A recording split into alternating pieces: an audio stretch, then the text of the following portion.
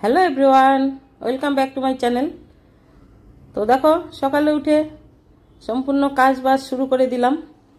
চা খাওয়া হয়ে গেছে, ওর বাবুকেও চা করে দিয়েছি, আমিও খেয়েছি। তারপরে এই যে কাপড়গুলো, বেডশিটগুলো সেদিন পাল্টিয়েছিল, মেয়ে পরেছিল, তো ভাবলাম যে ওগুলো মেশিনে ঢেলে দিই, তো ওগুলোই মেশিনে ঢালছিলাম।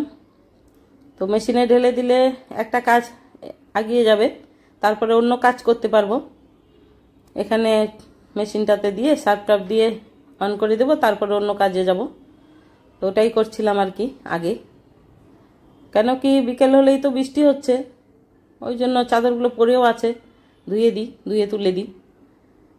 আর আকাশে তো মেঘ আছেই, দেখো ওই পাশে দেখো, সামনের দিকে পাহাড়টা দেখা যাচ্ছে কেমন কালো কালো। তো এই মেশিনে সার্ফ আর কমফোর্ট দিয়ে চাদরগুলো অন করে দেবো। তারপর ভাবছিলাম যে গাছে একটু জল দিব আজকে, গাছগুলো কেমন ঝিমড়ে ঝিমড়ে গেছে। আর সকালবেলাটাই না এত কাজ, সকালবেলাটাতে এত কাজ, মানে সময়ই পাওয়া যায় না। আর দুপুরে খাওয়া দাওয়ার পরে একটু রেস্ট হয়, তখন আর অত চাপ থাকে না কাজের। সকালেই যত কাজ, দুনিয়ার কাজ, রান্না বাড়ির চিন্তা, পুজো করা, এটা করা ওটা করা, মানে অনেক কাজ। তার মধ্যে আমাকে বাজারও যেতে হয়, এটাই একটা বড় কাজ। আবার আমার সময়টা ওখানে চলে যায়। বাজার করার কেউ থাকতো তাহলে ভালো হতো, কেন কি ওর বাবা তো পারে না, চলতে অসুবিধে হয়, ওই জন্য আমাকেই সব কিছু করতে হয়। একলা হাতে খুবই অসুবিধে হয়ে যায়। কোনো কোনো দিন তো মানে চাটুকু খাওয়ার সময় পাই না, এরকম।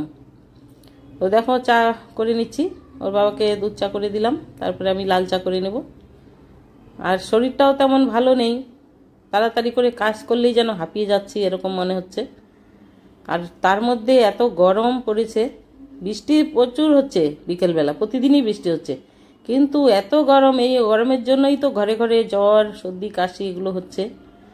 তো দেখো আমি কাপড়গুলো অন করে দিয়ে তারপরে চা খেয়ে এগুলো কাজ টুকটাক করে চলে আসলাম রান্নাঘরে। তো রান্নাঘরে রান্নাবাড়িটা আগে সেরে নিই, রান্নাটাই তো একটা বড় কাজ। রান্নাটা হয়ে গেলে মনে হয় যেন অনেক কাজ হয়ে গেল, বাকি কাজগুলো করতে তো অত সময় লাগে না। রান্নাটাতেই যত তরি তরকারি কেটে নিতে, ধুয়ে নিতে, বেটে নিতে, এগুলোতেই সময় লেগে যায়। তো জোগাড়টা থাকলে তাড়াতাড়ি রান্না হয়, জোগাড়টাই মেন। তো আমার তো একলা হাতে কাজ করা, সব কিছু বাজার টাজার করে নিয়ে এসে তারপরে আবার কেটে ধুয়ে সম্পূর্ণ কাজ বাজ করা, পুজো করা, মানে সময়ই পাই না। সকালটা খুবই ব্যস্ত থাকি। তো দেখো এখানে ওই যে পেঁয়াজগুলো ভেজে নিচ্ছি, পেঁয়াজ ভেজে এখানে ভাত ভাজা খাবো, মেয়ে খাবে বললো।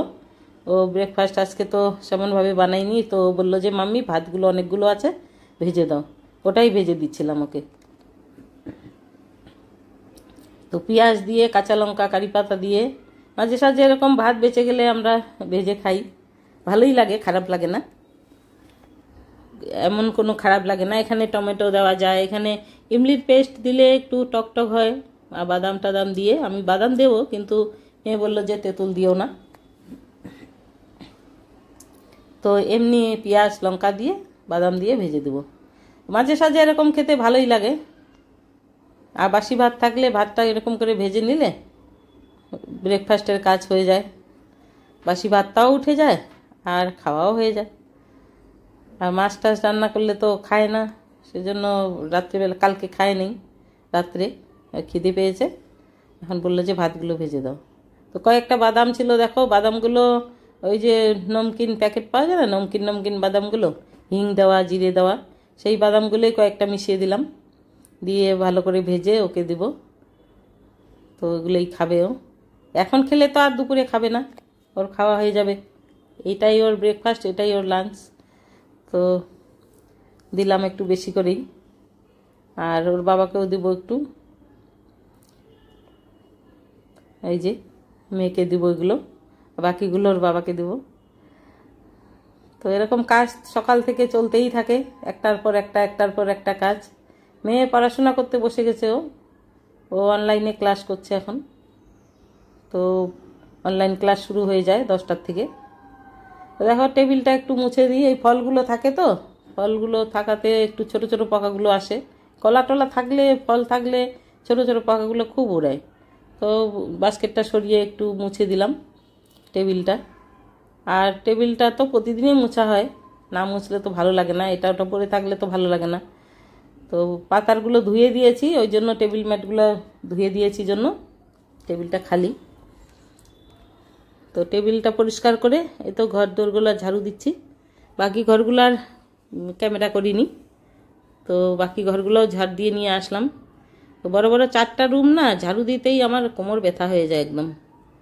মানে সাথে সাথে কাজ করা, ঝাড়ু দেওয়া, ঘর মোছা সাথে সাথে করলে মানে হয়ে যায়, গরম লাগে বেশি। তো একটু একটু করে ঝাড়ু দিই, আবার একটু বসি, এরকম করে কাজ করি আর কি। তো এই যে রান্নাঘরটা ঝাড়ু দিচ্ছি। আমাদের রান্নাঘরটাও তো একটা রুম বড়।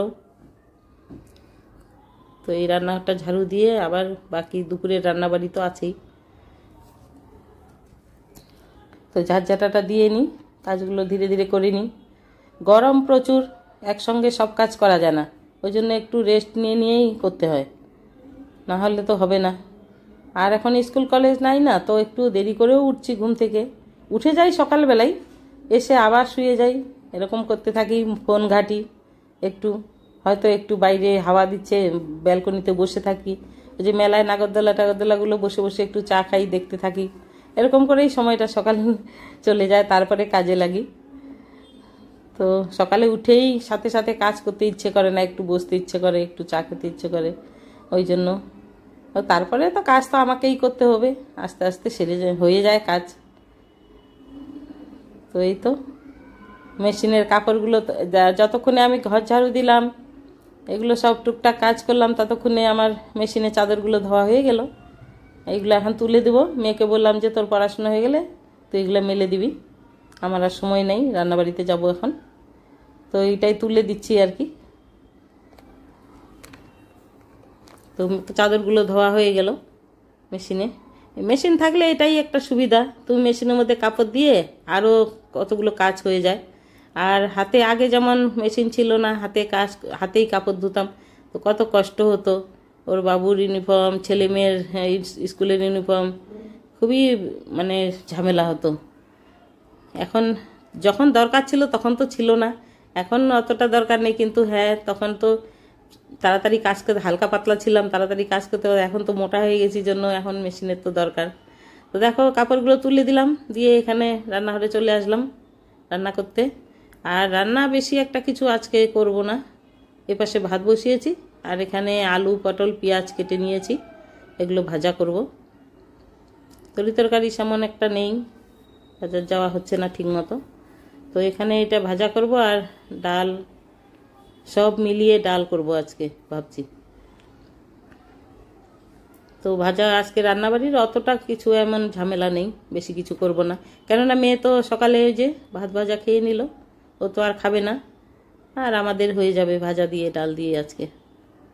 আর মাছ টাছ করবো না, মাছ নেইও, বাজার যাইনি যেন মাছ নেই। তো এদিকে ভাজা করতে করতে হাত ধুতে গিয়ে এখানে ভাতের জল পড়ে যাচ্ছে, এরকমই হয় ঢাকনা দিলে। তো দেখো রান্নাবাড়ি তো হয়ে গেছে, এই যে 5 মিশালি ডাল করেছি আর পটল আলু পেঁয়াজ দিয়ে ভাজা করেছি। আজকে এটাই সাধারণ খাওয়া, প্রতিদিন তো আর হয় না। তারপরে সন্ধেবেলা এই যে আমাদের এখানে মেলা 25 তারিখে শেষ। ভাইয়ের বউ ভাইপো ওরা আসেনি, তো ওরা আসলো সন্ধেবেলা মেলা দেখতে। আমি বললাম যে আয়, মেলা তো শেষ, আর কবে আসবি? তো আসলো। এখন আমার তো যাওয়ার ইচ্ছা ছিল না, আমি 2 দিন গিয়েছি, তো বললো না না চলো। তো আমি বললাম যে তোমরা যাও মেলা ঘুরে আসো, আমি রান্না করি। বললে না, পরে হবে সব, আগে মেলা ঘুরে আসি।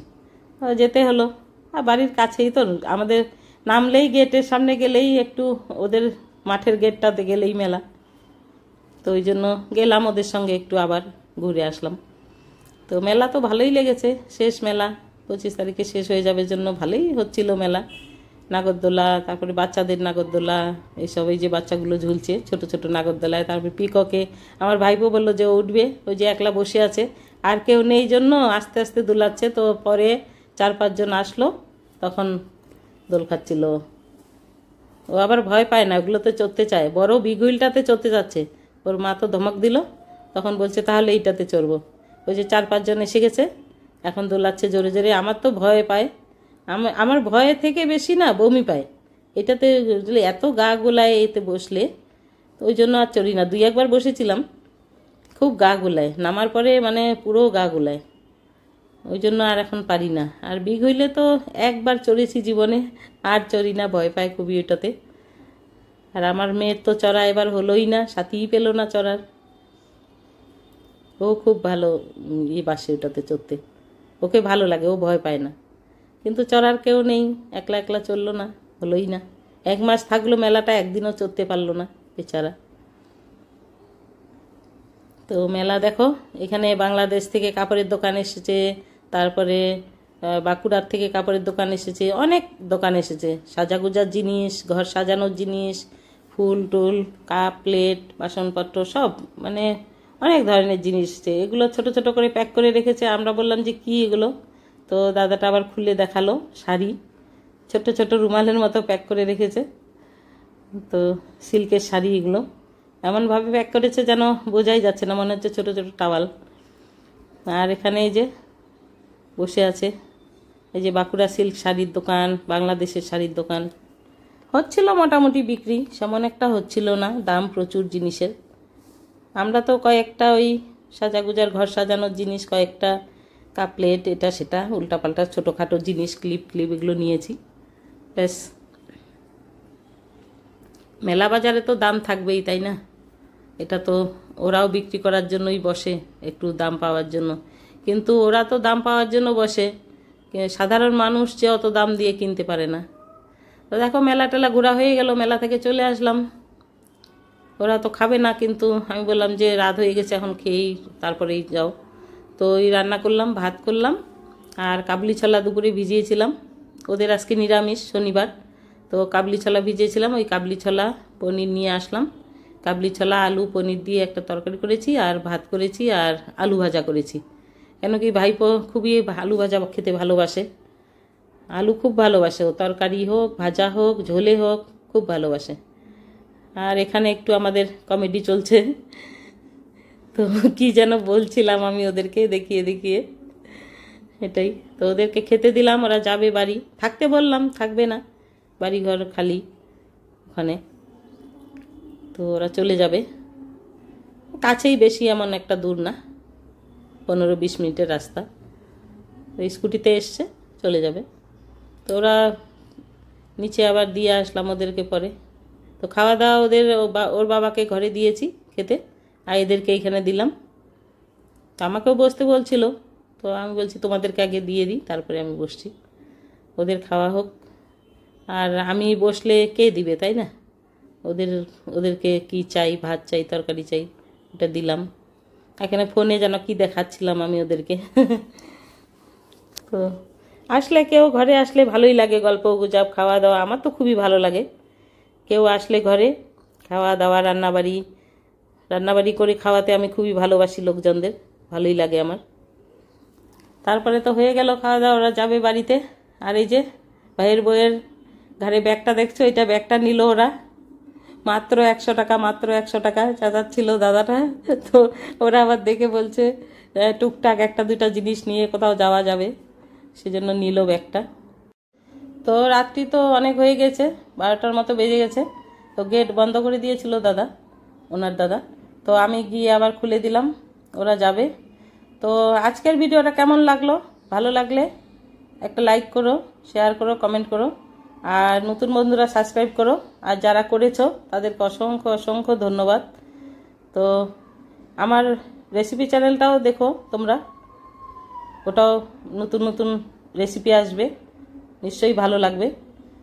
আর এই চ্যানেলটাও দেখতে থেকো, কেন কি এই চ্যানেলটাতেও ডেলি ব্লগ আসবে, খাওয়া দাওয়া ঘোরাফেরা এখানেও আসবে।